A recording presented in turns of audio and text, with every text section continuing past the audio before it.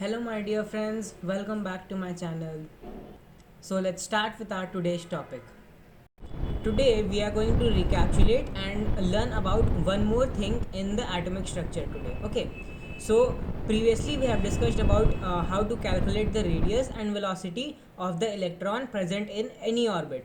Like a formula of radius equal to 0.529 n square by z angstrom, and if we want to calculate the velocity of an electron in the nth shell, then it becomes 2.188 into 10 to the power 6 z by n meter per second. Okay, so these were the things we discussed previously. So today we are going to learn about excited state. What exactly is excited state?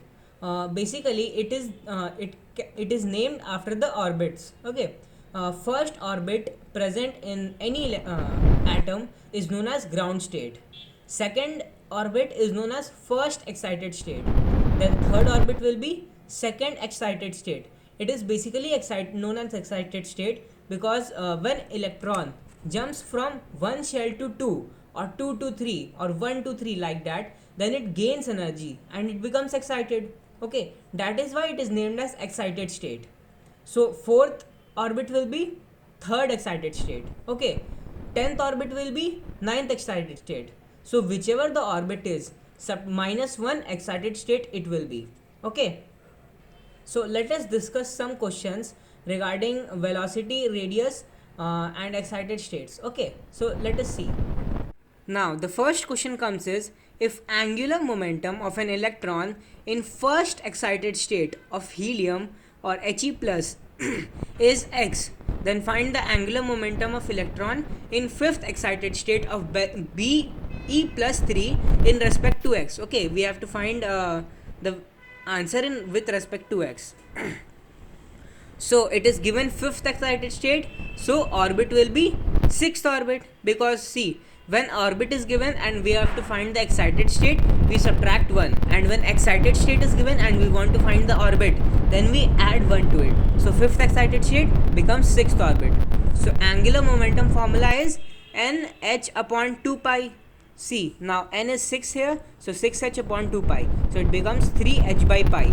So angular momentum of electron in fifth excited state of B plus 3 is 3h upon pi. Okay, but we want to find but we have to find the value in respect to x, so we will find the angular momentum of He plus in x also.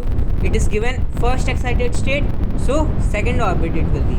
So n equals to angular momentum will be nh upon 2 pi, so n value is 2, 2h upon 2 pi, 2 gets cancelled, so it becomes h by pi, and it is given that He plus is x, so h by pi will be equal to x. Okay, now see here, 3h upon pi, it can be written as 3 into h upon pi. Okay, 3 into h upon pi. Now h upon pi is equal to x, we have already found that, so it becomes 3x. Okay, now see, we have to find the relation. If r1, r2 and r3 are the radius of first orbit of the hydrogen, helium plus and lithium plus 2, then find the correct relation. Okay, now we know the formula that radius is equal to 0.529 n square by z. Okay, now n is 1 in all the cases. See, n is basically orbit number, so orbit is 1 in all the three cases. Z varies in each of the following.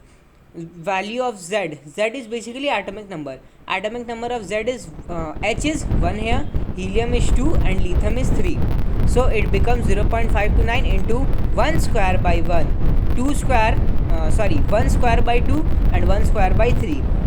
R1 is hydrogen, R2 is helium and R3 is lithium, so it becomes 0.529 angstrom, 0.529 by 2 angstrom, 0.539 529 by 3 angstrom. Okay, so in from all these three, what do you find? Which one is the greatest?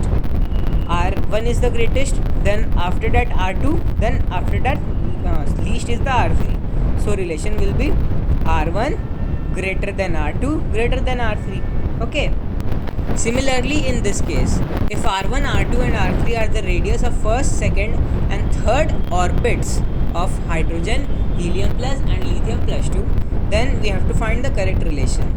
Now we know the formula R1 is equal to 0.529 n square by z angstrom. Okay, so now see, for hydrogen orbit number is 1 and z is also 1. For helium n is 2 and z is also 2. For lithium n is 3 and z is also 3.